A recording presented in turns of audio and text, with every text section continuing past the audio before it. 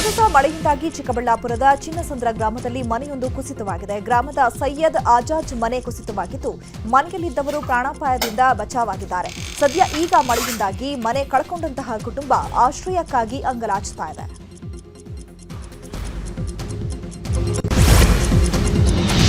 ಬೀದರ್ನಲ್ಲೂ ಗುಡುಗು ಸಹಿತ ಧಾರಾಕಾರ ಮಳೆಯಾಗಿದೆ. ನಗರದ ಹಲವೆಡೆ ಮಳೆ ಆಗ್ತಾ ಇದ್ದು ಜನಜೀವನ ಸಂಪೂರ್ಣ ಅಸ್ತವ್ಯಸ್ತಗೊಂಡಿದೆ. ವರುಣಾರ್ಭಟಕ್ಕೆ ಹಳ್ಳ ಕೊಳ್ಳಗಳು ತುಂಬಿ ಹರಿತಾ ಇದ್ದು ರೈತರ ಜಮೀನಿಗೆಲ್ಲ ನೀರು ನುಗ್ಗಿ ಭಾರೀ ಅವಾಂತರ ಸೃಷ್ಟಿ ಮಾಡಿದೆ.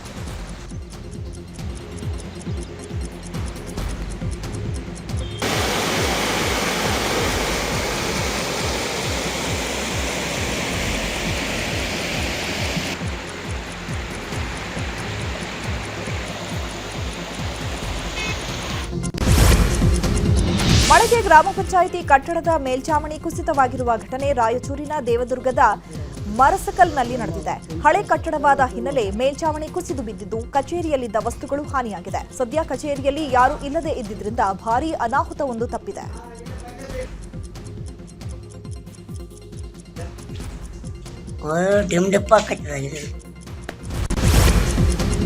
ಮೈಸೂರು ಜಿಲ್ಲೆಯಾದ್ಯಂತ ವರುಣ ಅಬ್ಬರ ಹಿನ್ನೆಲೆ 15 ಎಕರೆ ತಂಬಾಕು ಸಸಿ ನೀರಿನಲ್ಲಿ ಮುಳುಗಡೆಯಾಗಿದೆ. ಕೆಲವು ದಿನಗಳ ಹಿಂದೆ ನಾಟಿ ಮಾಡಿದ್ದ ತಂಬಾಕು ಸಸಿಗಳು ಮಳೆಯಿಂದಾಗಿ ನಾಶವಾಗಿದ್ದು ಸೂಕ್ತ ಪರಿಹಾರ ಒದಗಿಸುವಂತೆ ರೈತರು ಸರ್ಕಾರಕ್ಕೆ ಮನವಿ ಮಾಡಿಕೊಂಡಿದ್ದಾರೆ.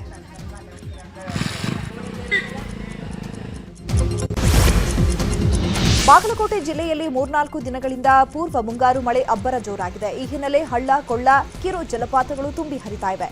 ಅಲ್ಲದೆ ಹುಲಿಗೆಮ್ಮನ ಕೊಳ್ಳಕ್ಕೆ ಜೀವ ಕಳೆ ಬಂದಿದೆ. ಪ್ರತಿ ವರ್ಷ ಮಳೆಗಾಲದಲ್ಲಿ ಕಿರು ಜಲಪಾತ ಕಾಣಿಸಿಕೊಳ್ತಾ ಇತ್ತು. ಆದರೆ ಈ ಬಾರಿ ಮುಂಗಾರು ಪೂರ್ವ ಉತ್ತಮವಾಗಿ ಮಳೆ ಆಗ್ತಾ ಇದ್ದು ಅದರ ಪರಿಣಾಮ ಹುಲಿಗೆಮ್ಮನ ಕೊಳ್ಳ ತುಂಬಿ ಹರಿತಾ ಇದೆ.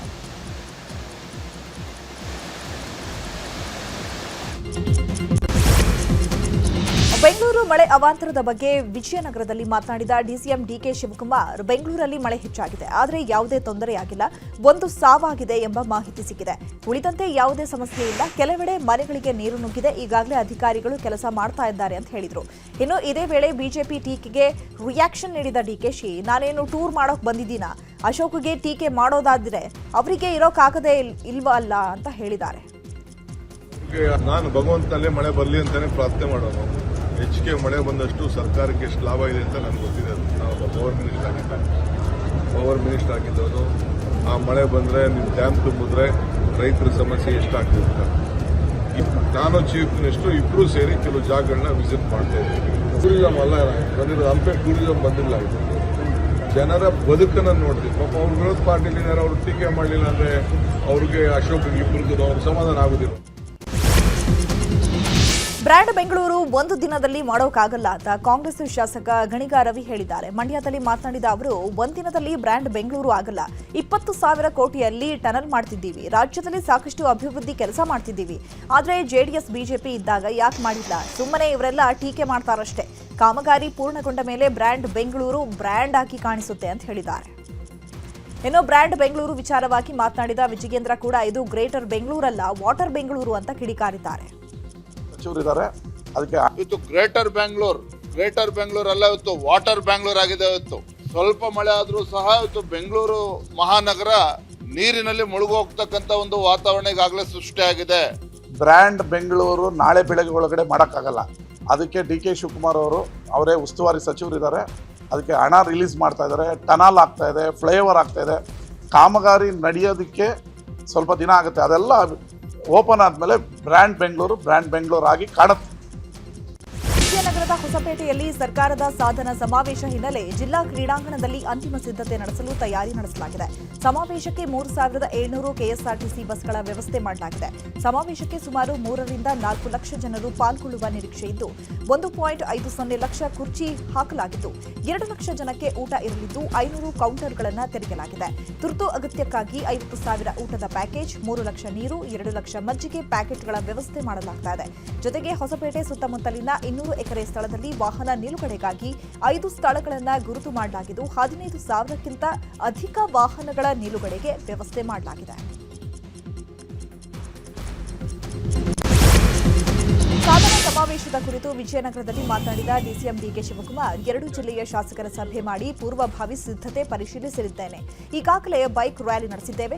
ನಾಳಿನ ಕಾರ್ಯಕ್ರಮದಲ್ಲಿ ದೊಡ್ಡ ಮಟ್ಟದ ಹಕ್ಕುಪತ್ರ ನೀಡ್ತಾ ಇದ್ದೇವೆ. ಕಂದಾಯ ಇಲಾಖೆಯ ಭೂ ಗ್ಯಾರಂಟಿ ಇತಿಹಾಸ ಪುಟ ಸೇರಲಿದೆ. ಇದೊಂದು ಐತಿಹಾಸಿಕ ಕಾರ್ಯಕ್ರಮವಾಗಲಿದೆ ಅಂತ ಹೇಳಿದರು.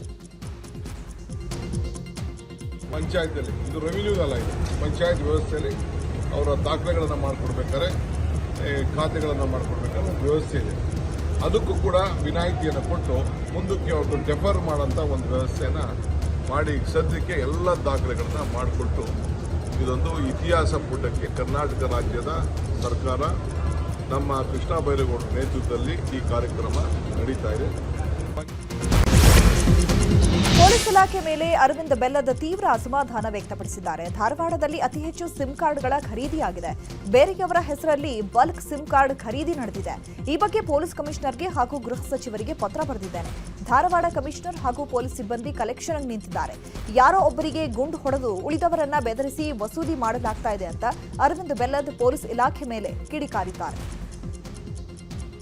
ಮೊಬೈಲ್ಸ್ ಇದು ಅತಿ ಸೂಕ್ಷ್ಮ ವಿಷಯ ಆಗಿದ್ದರಿಂದ ನಾನು ಕಮಿಷನರಿಗೆ ಫೋನ್ ಮಾಡಿ ಈ ರೀತಿ ನನಗೆ ಇನ್ಫಾರ್ಮೇಷನ್ ಬಂದೈತಿ, ನನಗೆ ಇನ್ಫಾರ್ಮೇಷನ್ ಕೊಟ್ಟಂಥ ವ್ಯಕ್ತಿಗಳು ಇವರು, ಅವ್ರದ್ದು ಫೋನ್ ನಂಬರ್ ಇದೈತಿ, ಹಾಗಾಗಿ ಇಮಿಡಿಯೇಟ್ಲಿ ಇದರ ಬಗ್ಗೆ ಆ್ಯಕ್ಷನ್ ತೆಗೆದುಕೊಳ್ರಿ ಅಂತ ನಾನು ಕಮಿಷನರ್ಗೆ ಹೇಳಿದೆ.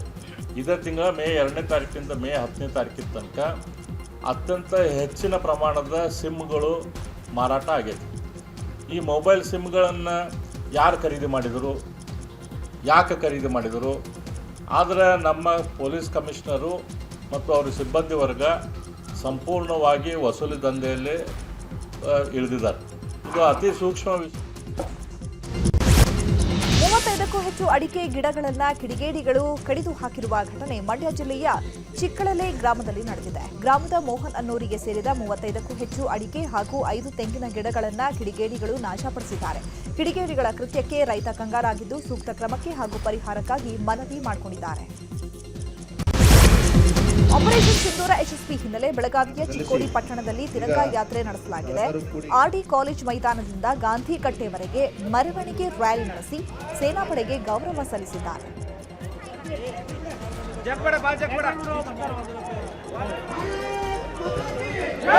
ಬಾಗಲಕೋಟೆಯಲ್ಲೂ ಬೃಹತ್ ತಿರಂಗ ಯಾತ್ರೆ ನಡೆಸಲಾಗಿದೆ. ಬಿಜೆಪಿ ಘಟಕದಿಂದ ಯಾತ್ರೆ ನಡೆಯಲಾಗಿದ್ದು ಸಾವಿರಾರು ಜನರು ಯಾತ್ರೆಯಲ್ಲಿ ಪಾಲ್ಗೊಂಡಿದ್ದಾರೆ.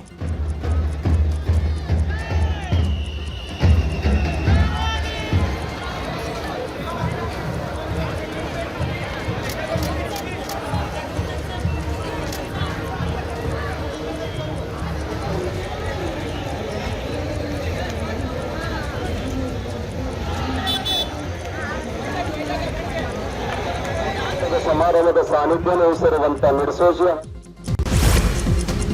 ನಟ ದರ್ಶನ್ ಮತ್ತು ವಿಜಯಲಕ್ಷ್ಮಿ ಅದ್ದೂರಿಯಾಗಿ ವಿವಾಹ ವಾರ್ಷಿಕೋತ್ಸವವನ್ನು ಆಚರಿಸಿಕೊಂಡಿದ್ದಾರೆ. ಕನಕಪುರದ ರೆಸಾರ್ಟ್ ಒಂದರಲ್ಲಿ ಸ್ನೇಹಿತರ ಜೊತೆ 22ನೇ ವರ್ಷದ ವಿವಾಹ ವಾರ್ಷಿಕೋತ್ಸವವನ್ನು ಆಚರಿಸಿಕೊಂಡಿದ್ದಾರೆ.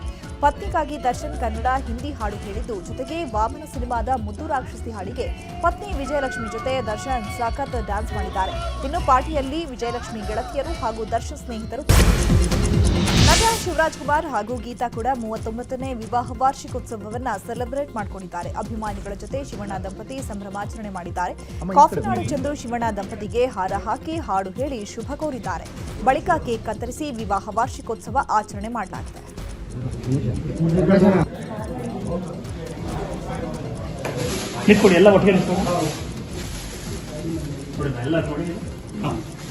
ಅಮ್ಮ ಈ ಕಡೆ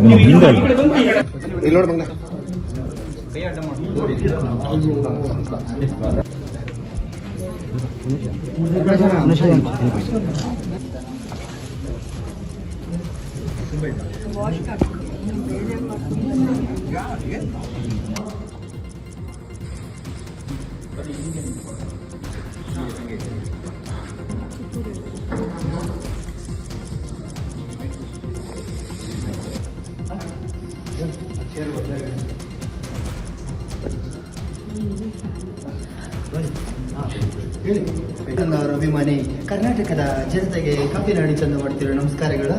ಇವತ್ತು ನಮ್ಮ ಶಿವಣ್ಣ ದೇವರು ಮತ್ತೆ ಗೀತಕ್ಕ ದೇವರದು wedding anniversary. Happy marriage life, ಇವ್ರಿಗೆ ಒಳ್ಳೇದಾಗ್ಲಿ. Shivanna Shivanna happy marriage life ಅಣ್ಣ. ಓಹೋ ಶಿವಣ್ಣ ಆಹಾ ಗೀತಕ್ಕ ಹ್ಯಾಪಿ ಮ್ಯಾರೇಜ್ ಲೈಫ್ ಅಕ್ಕ. ನಿಮಗೆ ವಂದನೆ, ನಿಮ್ ತಂದೆ ತಾಯಿಗಳಿಗೆ ಅಭಿನಂದನೆ. ಬೆಂಗಳೂರಲ್ಲೂ ಚಂದು, ಓಹೋ ಮಂಗಳೂರಲ್ಲೂ ಚಂದು. ನನಗೆ ದೇವರಂತ ಇರೋದು ನಮ್ಮ ಶಿವಣ್ಣ ದೇವರು ಮತ್ತೆ ನಮ್ದು ಗೀತಕ್ಕ ದೇವತೆ. ನನಗೂ ಕೂಡ ಅಪ್ಪ ಅಮ್ಮ ಇಲ್ಲ, ಇವರೇ ನನಗೆ